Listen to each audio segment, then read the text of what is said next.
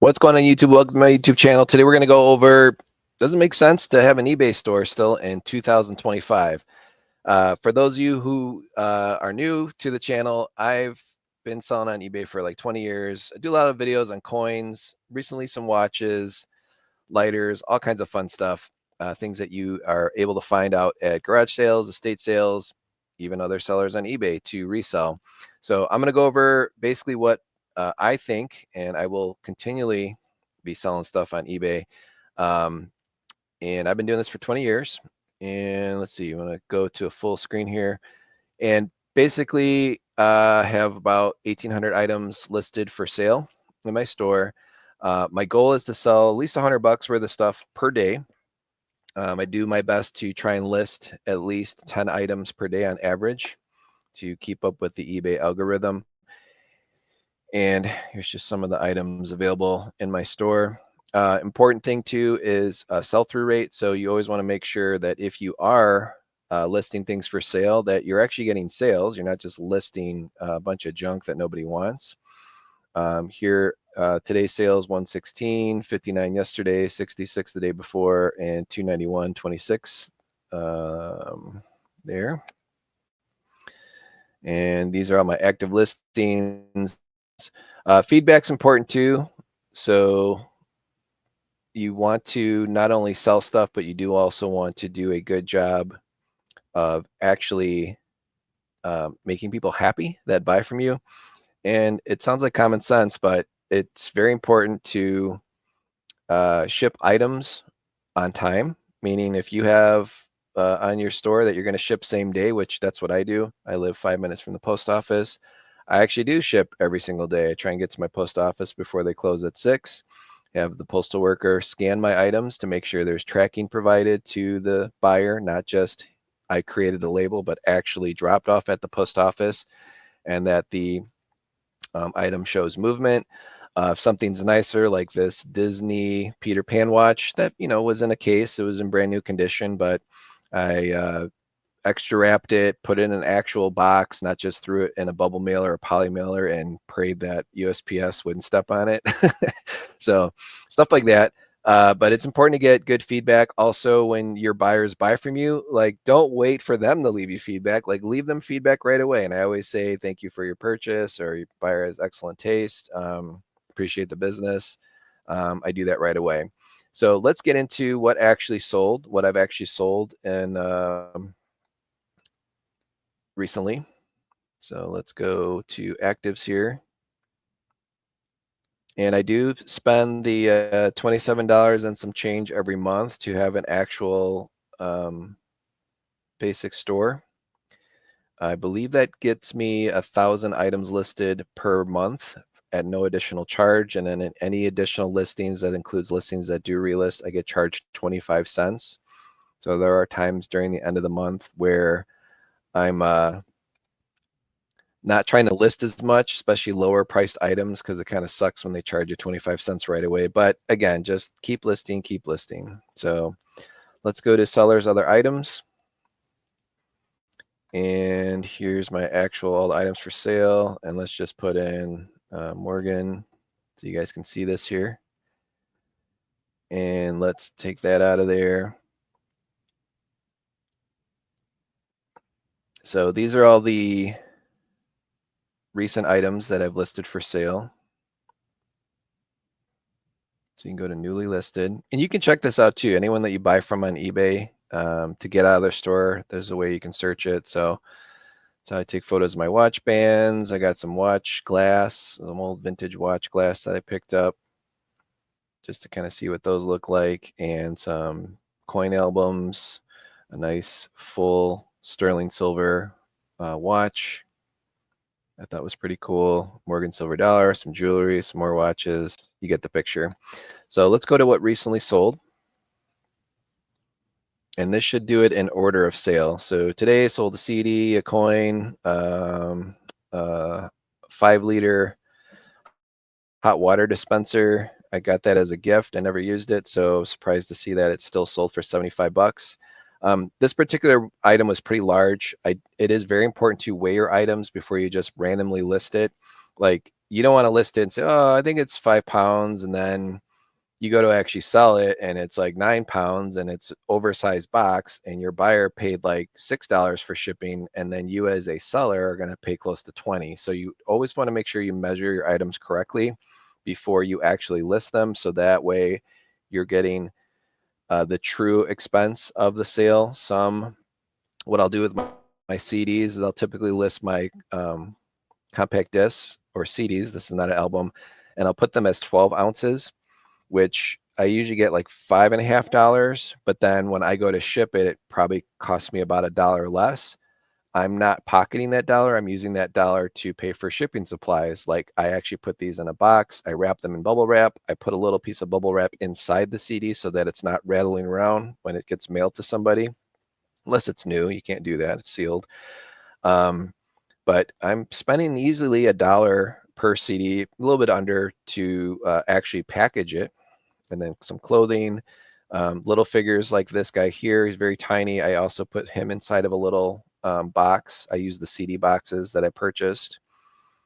Coins, I will always wrap these in paper first. I'll write a little thank you note on the coin itself, and then I'll place it inside the envelope with a little bit of that blue painter's tape. That way the item that is wrapped in paper doesn't rattle around in the envelope. It's a nice solid envelope. Keeps the coin in one place. Never just put a naked coin, even if you have like these clear things here, never just put those straight in an envelope. You always want to have those actually sealed in paper. So if for some reason the envelope gets open, no one gets an idea of like, oh, this is a coin. Maybe this should get lost. You want it to be as secure as possible.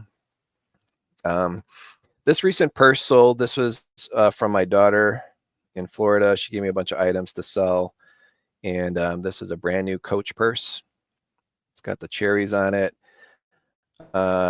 Something like this, if you were bring it somewhere to sell, they probably wouldn't give you very much. They'd probably give you like 20, 30 bucks, just because Coach is thought of as kind of lesser expensive. Even though this bag all day long was $400 or $500 when it was out brand new. Here we go, $275. Now this one, the reason I got good money for it is they don't make it anymore, and it's actually a desirable type. There's not very many Coach purses out there with actual cherries on it, and this has never been used. So it still has the tags on it, still has the original packaging inside. So I was happy to finally get that sold.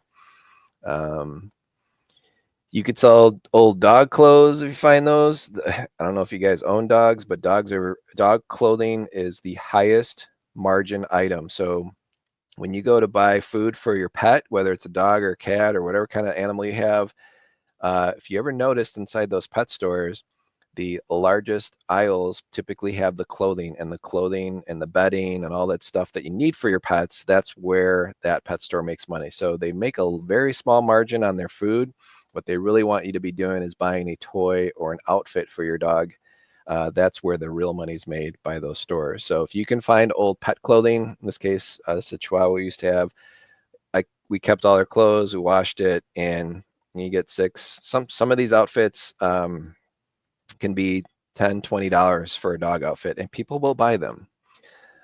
Here's some of the watches, some of the more fashion watches. I picked these up for under $2. I did put the labor in cleaning them up and actually installing a battery to make sure they actually work.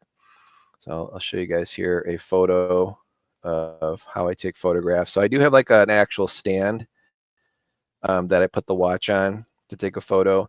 Some people that sell watches would rather show them on wrist, but I'm a dude, so these ladies' watches don't fit my wrist whatsoever, and I'm not going to have like my wife or one of my daughters just stand there all day while I'm taking photos. So I use the stand here to take a photo of the watch. I also hold it in my hand to get different lighting. So anytime you're holding something with skin tone, this really brings out a different, this looks different than this because of how the camera focuses in.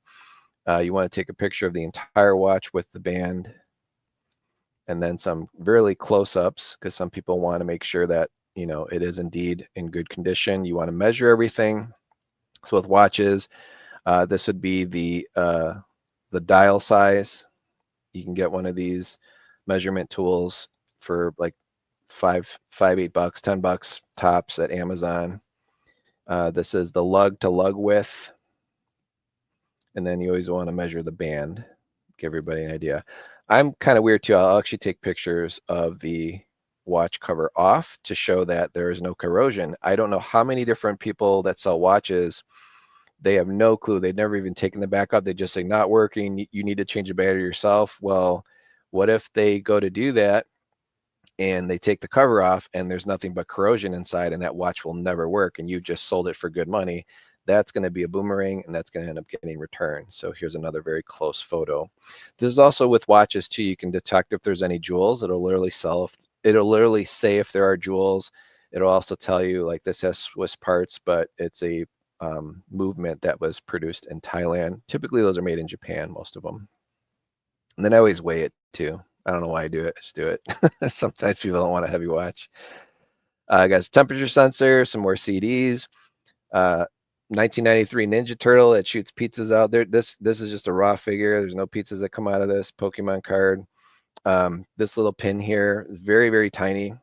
This was probably something you've walked by hundreds of times at an estate sale, and you're like not even interested in it. But if something like this is old and it says sterling, normally they say 0.925, but if it says sterling, it's a very, very old piece from the 20s.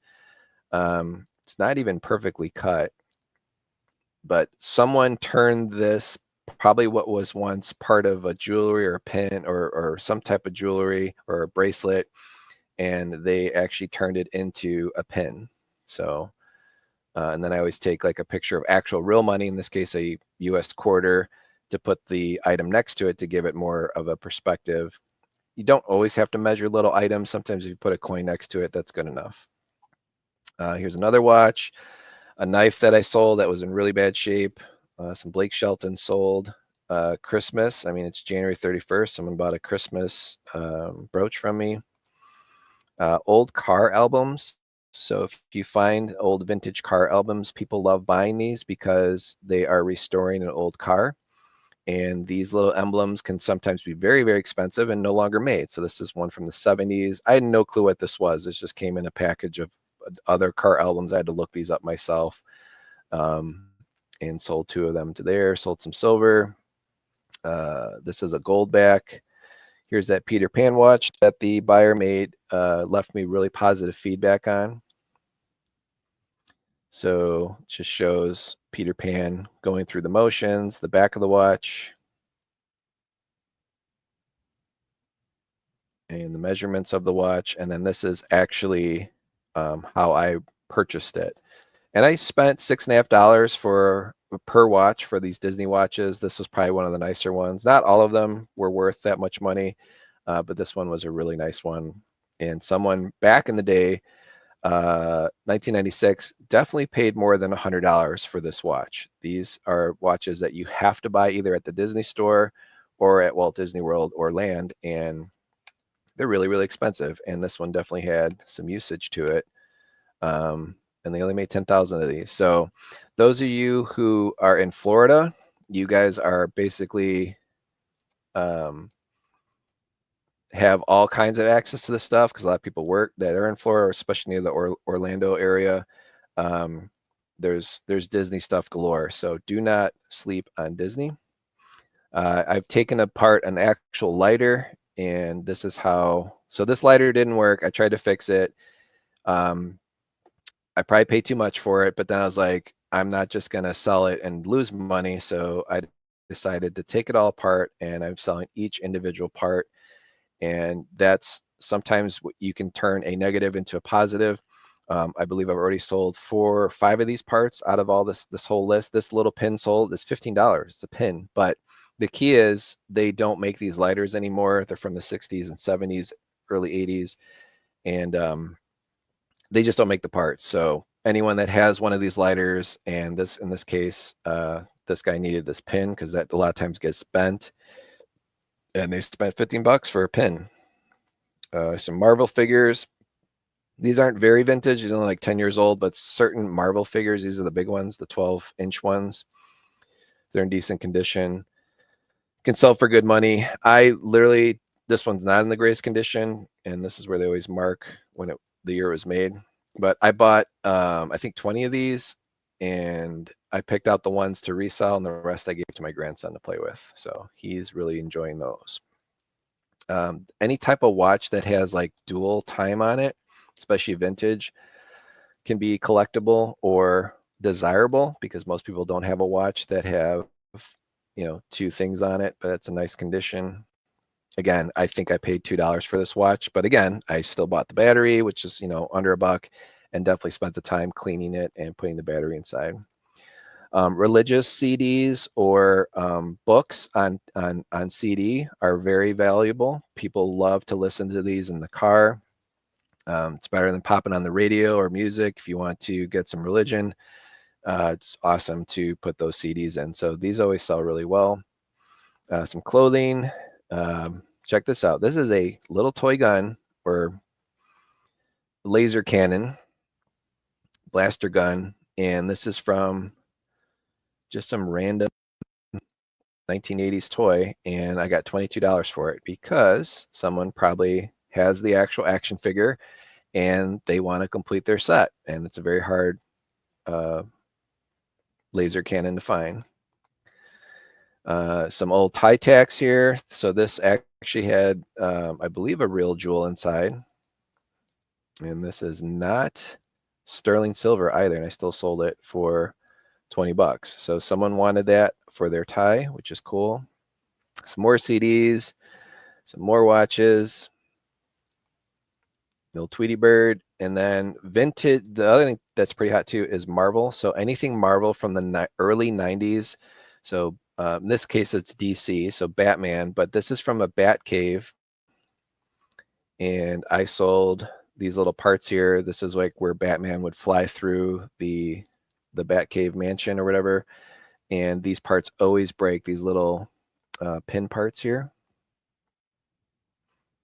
So when you're selling this stuff too, it's very important to take very detailed photos, so that way the person that's buying it knows that it's not broken. Now, if these were cracked, they'd be basically worthless, but I sold both of those for $24. I think I paid $10 for the entire set. So a lot of times these larger play sets from the 90s, it's better just to part them out. And I gave that to my grandson, but I took the windows out. He was going to break it anyway. So he's playing with the play set, but anything that was a removable part, I've already sold and made my money back. So he gets a toy for free. So more watches. Any old literature from Matchbox or Hot Wheels is also resold. This is from 1980. This was actually mine as a kid. So you'd get these like little collector club black and white newsletters. I mean, great to have all these little Disney cars. I bet you those are worth a lot from 1980. Still new in the box, but even like old literature. So again, as you're out there, estate sales, garage sales, if you see like old literature and it looks really old, that stuff is dated. There it is, 1980 Lindsay. Grab it. I mean, someone might just get it, might even be like in a free box. Just grab it. Let's see, some more clothing. This one was weird. I picked this up at a garage sale for 50 cents. And I'm like, that's just a cool light bulb, because when you plug it in, it puts big old spiders on the ceiling. So it's brand new. It's 50 cents, and I turned 50 cents into $16. I didn't think anyone would buy it, especially in January, because it's like I thought that would sell during Halloween, but it didn't. Old cables. This little Nintendo pen. So this is off those little DSIs. This is a very special one. You can always tell it's Nintendo because it'll say Nintendo on it, but this one, the actual Nintendo DSi, they only made a very limited run of this particular color, and this is the exact pen that goes with it. So these pens were always lost. Again, I found this like in a junk box in my office, and I could not believe that I sold that for $20. That's crazy for a piece of plastic. The ornaments are kind of pretty long tail item. This one's from 1997. Doesn't have the box or anything, but if you typically have these and you can find them at a garage sale and they're in the box and everything, you might be able to get 10, $15, but most people just want the ornament because they want to display it. So I've done a lot of sales on those in the past. Another watch. Uh, don't do this. So this is, I would never do this again. These are my kids' old Air Force Ones. They're totally beat up. Um, it really cracks me up when I see resellers out there buying shoes, and literally they'll pay like $5 for a pair of shoes like this, and they'll be like, I'm gonna clean these up. I'm gonna make, I'm gonna sell these for like 35, 40 bucks. Guys, don't do that. Shoes take up a lot of space. They're really disgusting to clean, especially when they're not yours. Now, these are my daughter's shoes, but whatever. I cleaned them up as best I could. So this particular buyer bought both pairs.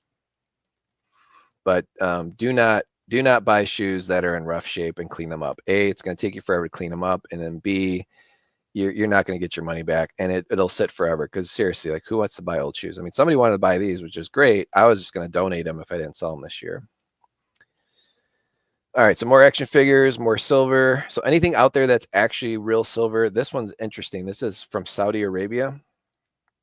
And if you find this in the wild here in the United States, you would have no clue that this is actually pure silver. Well, almost pure silver. It's 91.67 or whatever. So it's almost 92% silver. But this was in awesome condition. And I literally had to like Google image to figure out that this was made in 1935. And yes, the US Mint did manufacture coinage, silver coins for Saudi Arabia before the war. So pretty cool item. I don't know if you're able to find something like that here in the United States, but you might. Old tools, especially if they're brand new, will sell. So typically what happens with this is someone has this ratcheting system and they lost it, or they like it and the one they have broke and now they want to buy this. So if you can find any old tools, you pick them up for $1 and they're still sealed, you can sell those all day long. People will buy stuff that they actually need.